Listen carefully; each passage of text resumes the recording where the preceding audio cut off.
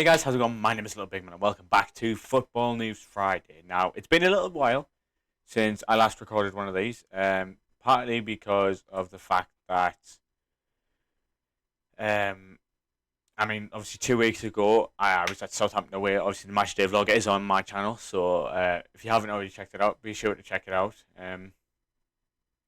But yeah, so obviously I had Southampton away 2 weeks ago, so I wasn't able to record. Uh, and then last week I wasn't really feeling up to it. I will be completely honest, so I did give it a bit of a miss. However, we are back. We're going to be doing them again weekly, for however long until something interrupts again. But yeah, so it's been a few weeks. Obviously not going to spend a massive amount of time to catch up on stuff. But obviously, as you can see, bottom left, I pointed the right way this time. Obviously, listed topics, we'll just run through them as we normally do. And yeah, so obviously the Premier League. I will start off by saying, because Luton is a team that means a fair bit, because I have family that live there and like my cousins and that support them, and they are like possibly on the verge of Premier League football.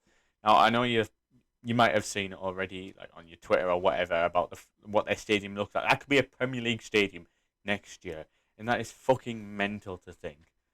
But yeah, anyways, speaking of the Premier League, obviously we'll go from last Friday, or last, yeah, no, we're not going to mention last Thursday, um, mainly because we lost last minute to Everton. But yeah, no. So we'll go from last Friday. Obviously international break, so there's not been a great amount of matches. Obviously Wolves lost 3-2 to Leeds. Arsenal beat Villa 1-0. Spurs won 3-1 against West Ham. And Leicester beat Brentford 2-1, which has appeared to kind of bring everyone on a kind of similar level. Obviously, Burnley do still have 3 games in hand and are currently 4 points from safety. Now, I'm not entirely sure who their games in hand are. I'll have a quick check. To be confirmed is Aston Villa. So, by the looks of it, it'll be the games in hand are Southampton, Everton, and Aston Villa. So, they could still maybe pick up a couple of points um, to, I don't know, help with their relegation battle. Obviously, fighting at the bottom of the table, you've got Norwich on 17 points. So it's looking ever so likely that they're getting relegated. You've got Burnley on 21, Watford on 22. And then you've got Everton 17th on 25 points. So that's mainly the 4 to keep an eye out on. Obviously, you've got the likes of Leeds on 29. You've got Brentford on 30. Newcastle are on 31, so we're not completely out of the woods. And then obviously, depending on maybe form for the lower tables, you could drag the likes of Brighton, Palace, and Southampton in. In all fairness, from 18th to 9th, there's literally 14 points. So although that is, maybe 6, no, my math is wrong, 5 wins, sorry. Obviously, meaning Leicester would need to lose 5, Watford win 5. To be fair, it's at later stages. So really the ones we're looking at are going to be maybe the bottom 4, maybe bottom 5 at a push. So Brentford and Newcastle are starting to look a bit likely to be safer. Obviously, the next match for Newcastle is Tottenham away from home, and Brentford's next match is Chelsea, who obviously last time they struggled against Chelsea. However, Chelsea's form has dipped quite a bit since then, so it will be interesting to see how it goes. Norwich have got Brighton next. Burnley have got Manchester City. Watford have Liverpool next. So tough matches for all 3 of the bottom 3. So it gives the like sort of Everton and Leeds chance to maybe get a point or whatever to help with their survival as Everton play West Ham and Leeds play Southampton. Obviously, like I've said, you've got Brentford and maybe Newcastle still in that mix, kind of. Depends on how you look at it. But realistically, what I'm looking at is the bottom 4. Everton do have 3 games in hand, though. which obviously they win those 3 games in hand. That I guess stitches up the bottom 3. So be interesting to see how that goes. Obviously, international break at the minute, so there will be a little break and play. Still a fair few matches to be confirmed dates for. You got Aston Villa, Burnley, Aston Villa, Liverpool, Chelsea, Leicester, Everton, Crystal Palace, Leeds, Chelsea, Leicester, Norwich, Spurs, Arsenal, Watford, Everton, and Wolves, Manchester City. So it will be interesting to see how the table fares come the end of the season. But we'll go on to the FA Cup, considering obviously we're hitting the business end of that cup competition. I get my words up properly. So obviously Chelsea finally ended giant killing Middlesbrough's run as they were marching through the FA Cup, beating the likes of Manchester United and Tottenham along the way. So the 2 semi-final matches are Manchester City versus Liverpool and Chelsea versus Crystal Palace, which are 2 very good matches. Obviously, the Man City Liverpool one seems a bit more appetising. And with Conor Gallagher unable to play for Palace in that match, it probably looks a bit more favourable for Chelsea. But like I say, obviously, 2 good matches regardless, so it could go either way. And it will be interesting to see who reaches the final. The matches are obviously the 16th of April and the 17th, so still got a bit of time till then. Obviously, seemingly the underdog story here is going to be Crystal Palace. Moving on to the Champions League now. Wow. Obviously, fantastic matches all around. You've obviously got Real Madrid overcoming the PSG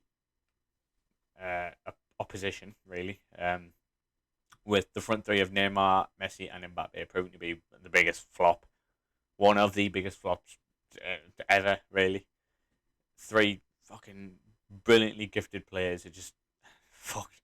There's been a lot of rumours I've seen about Neymar turning up training drunk, seemingly being vengeful against Paris, but it'll be interesting to see how that fares in the summer. So obviously quarterfinals we have Chelsea versus Real Madrid. You've got Atletico Madrid returning to Manchester to face the Blues side this time after their 1-0 win to Manchester United. Obviously a lot of controversy based on the refereeing decisions. You've got Villarreal coming against the German giants Bayern Munchen, and then you've got Benfica against Liverpool. Obviously, favourites for those is going to be Bayern and Liverpool to go through, who will face each other in the semi-finals, with Bayern getting the home tie first. So, kind of gives Liverpool that little bit of edge, as they do have that very reputable home record. And then the winner of Manchester City Athletic Madrid will host the winner of Chelsea versus Real Madrid. Obviously, Chelsea Real Madrid. Real Madrid looking to get revenge for last season's Champions League, where they were unable to get past Thomas Tuchel. Upcoming Chelsea side. So it'll be interesting to see how that fares. Obviously, matches aren't until the 5th and 6th of April, so 2 weeks, I think. Yeah, 2 weeks. So, yeah, should be interesting to see how that fares. And then, obviously, we are currently in an international break, so we will talk about the international football, with the playoff semi-final seemingly being the biggest talking point from the past few days. Obviously, biggest story is going to be European champions Italy failing to reach back-to-back World Cups, with North Macedonia winning 1-0 in their path to the World Cup finals in Qatar in November and December time. Now, obviously, lot of talk about it, but it's mental to say, really. Obviously, I'm not gonna lie, I cheered. Fuck Italy. But no, it's just mental, really. Like North Macedonia, they play Portugal next. Obviously, I mean, you favoured Italy against North Macedonia anyway, but you're going to favour Portugal in this one. But I can't really say Ronaldo, Jota, Felix. I'm trying to think of other Portugal players. Cancelo, Patricio, shit like that. I can't see them maybe flopping against North Macedonia. Obviously, it is still possible. It is football. Anything can happen. But it will be interesting to see how that fares. Obviously, Wales beat Austria 2-1 thanks to Gareth Bale brace with a fantastic free kick. Um, and Sweden beating Czech Republic 1-0 after extra time, meaning that they're going to face Poland in Path B.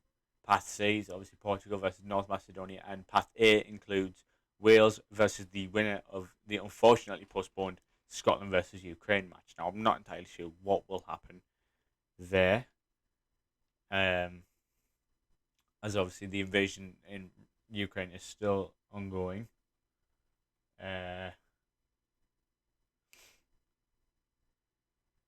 So it will be interesting to see um,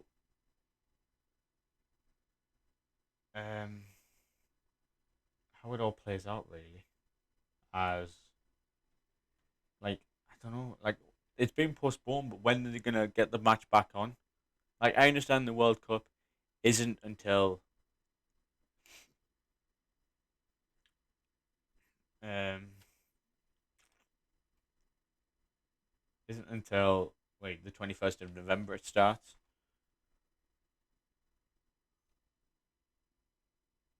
but I don't know. The World Cup draw takes place on the 1st of April. I'm reading here. So next week we will have our a big yeah, next week we'll have a video talking about the groups. We'll be kind of brewing predictions, stuff like that. Depending on when I do, it will depend on if there is a Football News Friday. Let me check. Okay, so next Friday, right?